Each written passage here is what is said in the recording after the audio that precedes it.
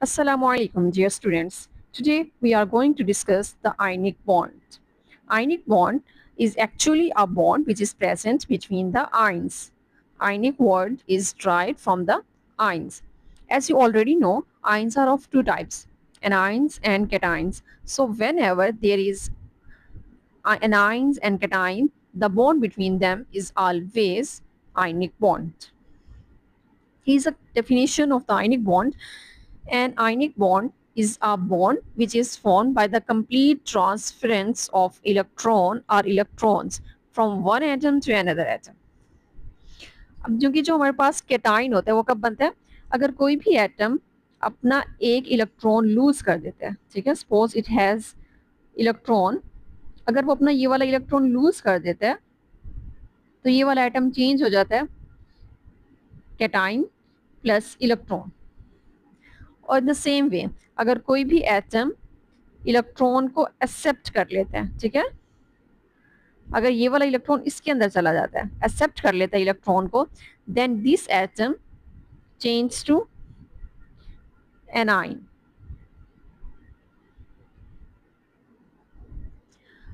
And the bond which is formed between cation and anion is ionic bond. अब transfer कैसे हो रहा है इलेक्ट्रॉन का, केटाइन क्या करता है, अपना इलेक्ट्रॉन लूज करता है, केटाइन इलेक्ट्रॉन लूज करता है, अब यही इलेक्ट्रॉन जो है वो एक एनाइन एक्सेप्ट कर लेता है। तो इसी तरह से यहाँ पर एक कंप्लीट ट्रांसफर हो रहा है इलेक्ट्रॉन्स का। इस तरह अब इस ट्रांसफर के टाइम पे जो बॉन्ड बनता है उस बॉन्ड को हम क्या नेम देंगे, ionic bond. This chemical bond is formed as a result of the tendency of atom to lose or gain electron. अब अगर किसी एटम के पास ये टेंडेंसी हो ही ना कि वो इलेक्ट्रॉन लूज कर सके या वो इलेक्ट्रॉन एक्सेप्ट कर सके, तो इस केस में ना ही वो कैटाइन और एनाइन में चेंज होगा। जब कोई भी एटम कैटाइन और एनाइन में चेंज नहीं होगा, इट मीन्स कि वहां पे आयनिक बॉन्ड बनेगा ही नहीं। आयनिक बॉन्ड हमेशा आयंस के दरमियान बनना है, ये आप लोगों ने एज इट याद रखना है।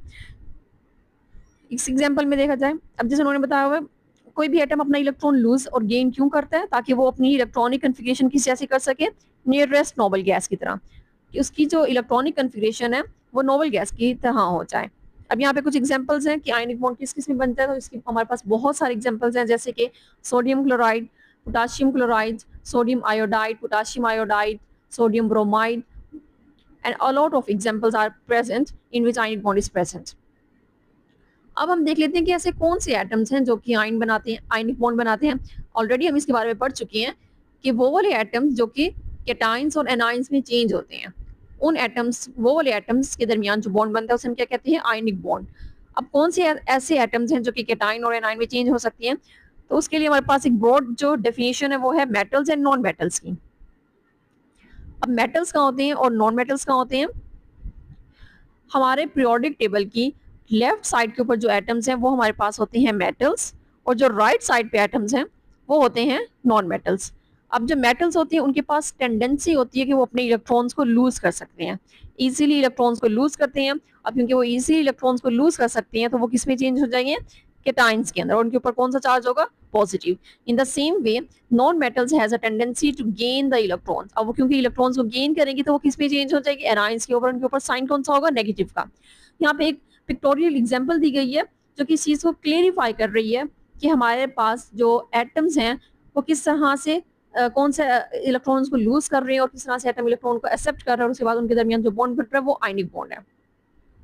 अब यहाँ पे हमारे पास एग्जांपल में प्रेजेंट है सोडियम जो कि फर्स्ट पीरियड के अंदर प्रेजेंट, फर्स्ट ग्रुप में प्रेजेंट है, और साथ ही साथ क्लोरीन जो कि 17 ग्रुप में प्रेजेंट है। अब ये हमारे पास है मेटल, जबकि जो ये है हमारे पास नॉन मेटल। अब मेटल, सोडियम के पास टेंडेंसी है कि वो अपना वैलेंस इलेक्ट्रॉन लूज कर सकता है। अब सोडियम के वैलेंस शेल के अंदर सिर्फ और सिर्फ एक इलेक्ट्रॉन है, ये वाला, और जबकि क्लोरीन के वैलेंस शेल के अंदर है 7 electrons. According to the octet and the duplet rule, chlorine को कितने इलेक्ट्रॉन्स की जरूरत है, 1 इलेक्ट्रॉन की जरूरत है, ताकि वो अपना क्या कंप्लीट कर सके, अपना ऑक्टेट कंप्लीट कर सके।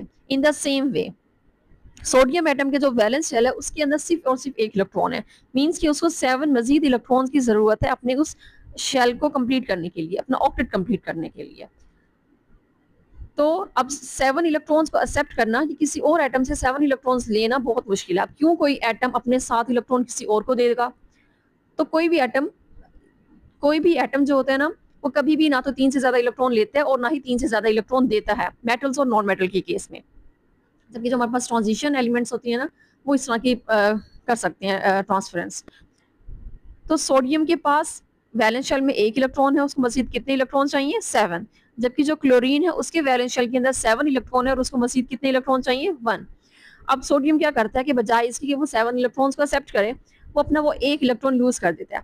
अब जब वो अपना 1 इलेक्ट्रॉन लूज करेगा तो वो कहाँ जाएगा? क्लोरीन के पास। अब क्लोरीन के वैलेंस शेल के अंदर कितने इलेक्ट्रॉन्स हैं? 7। तो ये 7 इलेक्ट्रॉन्स और प्लस सोडियम का इलेक्ट्रॉन, ये कंप्लीट होकर उसका ऑक्टेट कंप्लीट कर देते हैं। इस तरह से सोडियम क्लोरीन की जो इलेक्ट्रॉनिक कन्फिगरेशन है वो भी नोबल गैस की तरह हो जाती है, जबकि जो सोडियम है उसकी इलेक्ट्रॉनिक कन्फिगरेशन भी किस तरह हो जाती है? नोबल गैस की तरह। अब इसका जो सेकंड शेल है, इस वैलेंस शेल के से पहले जो उसका शेल आ रहा है उसके अंदर भी कितने इलेक्ट्रॉन्स हैं? 8 हैं।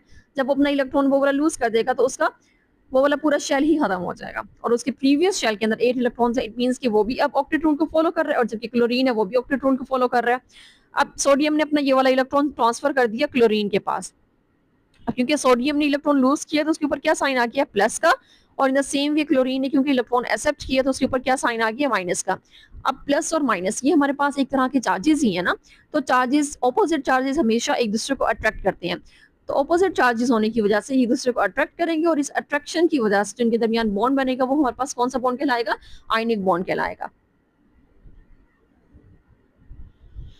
नेक्स्ट हमारे पास इसकी फॉर्मेशन है सोडियम क्लोराइड की, जो कि ऑलरेडी भी हम थोड़ा सा डिस्कस कर चुके हैं। तो सोडियम क्लोराइड की इलेक्ट्रॉनिक कन्फिगरेशन, सबसे पहले तो आपको इलेक्ट्रॉनिक कन्फिगरेशन आनी चाहिए। अब सोडियम क्लोराइड के अंदर हमारे पास 2 एटम्स है, एक सोडियम और दूसरा क्लोरीन। इन दोनों की इलेक्ट्रॉनिक कन्फिगरेशन अलग अलग लिख ली। अब इस इलेक्ट्रॉनिक कन्फिगरेशन के अकॉर्डिंग भी ये हमारे पास क्या है? फर्स्ट शेल, उसके बाद ये second and this one is the third shell. In the same way first shell, second shell and third shell. अब इसके लास्ट शेल के अंदर 1 इलेक्ट्रॉन है, जबकि इसके लास्ट शेल के अंदर कितने इलेक्ट्रॉन्स हैं? 7। ये और हमेशा बॉन्डिंग के अंदर सिर्फ और सिर्फ वैलेंस शेल, लास्ट शेल जो होता है या आउटर मोस्ट शेल जिसे भी कहते हैं, जस्ट ये वाले शेल के अंदर जो इलेक्ट्रॉन्स प्रेजेंट होते हैं वही बॉन्डिंग के अंदर हिस्सा ले रहे होते हैं। अब क्योंकि सोडियम क्या है हमारे पास? एक मेटल है और मेटल के पास इलेक्ट्रोपॉजिटिव फैक्टर होता है, वो इजीली इलेक्ट्रॉन को लूज कर सकते हैं। तो सोडियम क्या होगा कि सोडियम अपना इलेक्ट्रॉन लूज कर देगा और वो चेंज किस में हो जाएगा? प्लस के अंदर। इन द सेम वे वो ये वाला इलेक्ट्रॉन जो कि सोडियम ने लूज किया था, वही इलेक्ट्रॉन क्लोरीन एक्सेप्ट करेगा और वो किस में चेंज हो जाएगा? नेगेटिव साइन के अंदर। अब plus sodium and minus Cl ये दोनों आपस में रिएक्ट करके एक बॉन्ड बनाएंगे, इनके दरमियान बॉन्ड बनेगा और वो बॉन्ड कौन सा होगा? Ionic bond. और यहाँ पे शेल के अकॉर्डिंग इसको एक्सप्लेन किया गया है, जो कि हम ऑलरेडी भी कर चुके हैं। ये कुछ थ्योरी दी गई है जो कि इसी चीज को एक्सप्लेन कर रही है कि हमारे पास जो हमेशा जो आउटर मोस्ट शेल के अंदर इलेक्ट्रॉन्स होते हैं वही बॉन्डिंग के अंदर हिस्सा लेते हैं। और सोडियम क्लोराइड की फॉर्मेशन के टाइम पे सोडियम एक ऐसा एटम है जो कि मेटल है और वो इलेक्ट्रोपॉजिटिव है और इसी तरह से वो इजीली चेंज हो जाता है कैटाइन के अंदर, जबकि जो क्लोरीन है वो नॉन मेटल है और वो इलेक्ट्रोनेगेटिव करैक्टर रखता है। इलेक्ट्रोनेगेटिव करैक्टर रखने की वजह से वो इजीली इलेक्ट्रॉन को एक्सेप्ट कर सकता है और वो चेंज हो जाता है एनाइन के अंदर।